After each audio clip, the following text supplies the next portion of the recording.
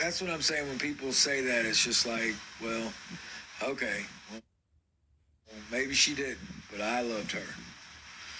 Uh, talk about devoting myself to someone else. If someone catches my eye, sure, you know, He was talking about catches my eye. People telling him me, Gypsy didn't love him, get over it, like move on.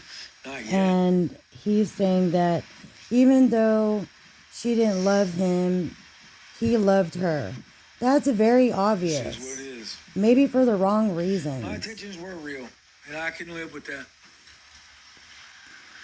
But this therapy through this live isn't going to heal him. I understand that. I understand that. And understand, like, Crazy Hillbilly has some people. Ryan is really opening himself up to everybody. Yes, there are people out there that, you know, they say the truth. What up, bro? And What's then, up, buddy? How you been? Let's not look at this live. Good, man. I saw your video that you're There are people that will tell him the truth and he doesn't want to hear it. But I don't doubt that he does love her because of the amount of baggage, you know, Gypsy came with. Like, she came out of prison being this celebrity, being this survivor, which was not true. This is not true. We all know it's not true. The FOIAs show that it's not true.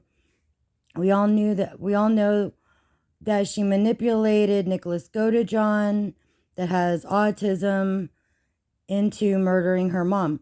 But there's a lot of different levels to this situation. I mean, this whole case. And the people that Gypsy has brought into her world, such as Ryan, Ken, those two dynamics, and her being married and then having an affair during the marriage, and her family backing her up, especially with her stepmother Christy. You know, that kind of goes to show you what kind of family that is. Okay? But with Ryan, he really needs intense therapy because it goes deeper than that. You know, maybe his childhood wounds, whatever it is, why he's so fixated on his ex-wife and not blaming her for the things that she has done to him in front of the nation, really, because it was on, you know, a Lifetime show.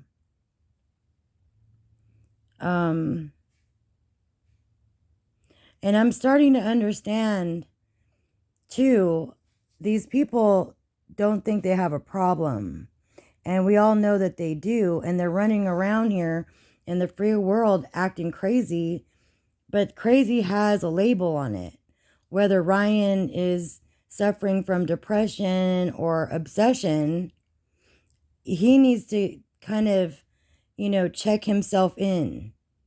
Or just talk to a therapist that could lead him in the right direction and kind of heal from this. Because doing it on a live, watching the show, and him saying it's therapeutic is a bunch of bullshit. This is really all about the money. Now, personally, he has his own TikTok channel. He opens himself up to anybody that comes in, haters or fans. He opens himself up to everyone. Okay? And he takes it.